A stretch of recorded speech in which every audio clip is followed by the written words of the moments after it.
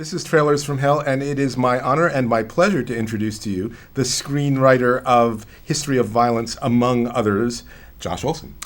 And it's my pleasure to introduce to you the screenwriter of Savage Grace and many others, Howard Rodman, on this special edition of When Screenwriters Attack. We're here to talk about CHARLEY VARRICK, which is a movie I adore, and which I adore as well because my father, Howard Rodman Sr., was one of the writers on it. But there's somebody who likes this movie even more than I do, if such a thing is possible, and that's Josh. That may be, and I also have a father connection. My father used to take me to all these wildly inappropriate movies when I was a kid, although CHARLEY VARRICK is not inappropriate at all. It's a wonderful film. And this film, in a lot of ways, really formed how I perceive how to structure a story, how to tell a story on film. Partially because I came into it, we were trying to get into some other film, and it was sold out, and we just went to whatever was showing. And I think we walked into CHARLEY VARRICK in the middle, and it's got this great plot that has a surprise ending. And having then seen it from the beginning again, knowing what was going to happen, it gave me all this kind of insight into my 8-year-old mind as to how to tell a story and how to set things up. Yeah.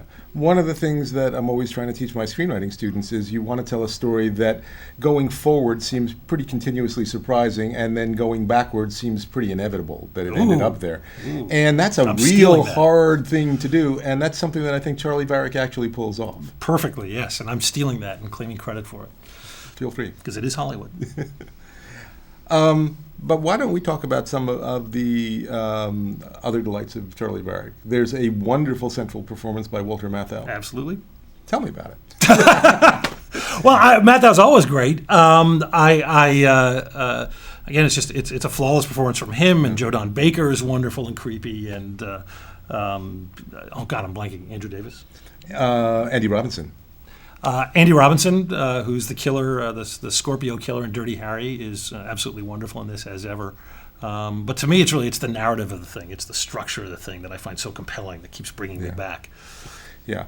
The movie, actually, you say it's a creepy movie was the adjective you used. In fact, it was going to be a lot creepier. When it was first written, it was considerably more violent, a bit more sexy, certainly more kinky, and was designed to be a kind of R-rated movie to star Donald Sutherland. Oh, interesting. When they got a call from Universal, the studio, who had in turn gotten a call from Radio City Music Hall that their Easter slot had opened up. And to have a Universal movie in Radio City Music Hall in Easter was a great and good thing for box office. But in order to do the Easter show at Radio City Music Hall, you have to be PG. So a lot of the kinks, a lot of the violence just slid away. And Donald Sutherland, who was then a relative unknown, got replaced by Walter Matthau, who was not. Fantastic. And I love that there was a time when a guy like Matthau could star in a film like this, too. Yeah. These days, a guy like Matthau would probably, be condemned to a life of putting on fat suits. Yes. Let's look at the trailer.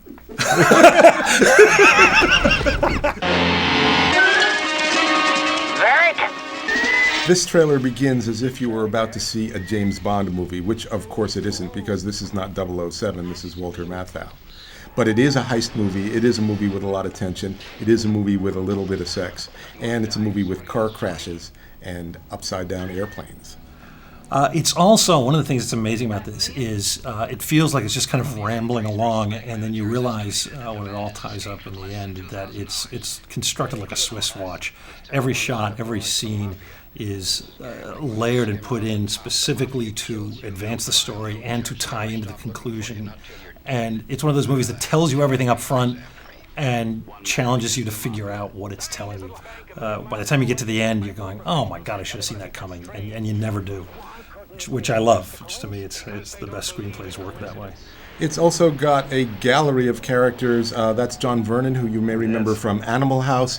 It's got Andy Robinson, who you may remember either as the Scorpio killer in Dirty Harry or in the Liberace miniseries. The creepiest Liberace movie And ever. it's got a whole rogues gallery of people like Woodrow Parfrey and Norman Fell, who, if have been in more movies than anybody these days will ever get to be in, just because the studio system allowed people to be in movie after movie after movie. And by the time they were doing their 100th movie or 120th, they had honed their craft. Yeah, absolutely. And I also, that's what we just saw, I love that, again, you could make a film back then where Walter Matthau could walk into a woman's apartment and 5 minutes later she's in bed with him because he's so irresistible.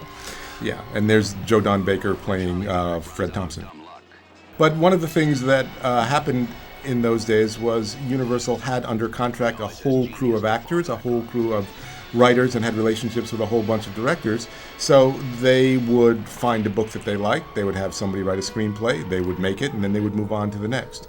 And because these were in some sense programmers in a way that doesn't really exist anymore, you could make really interesting films under the radar.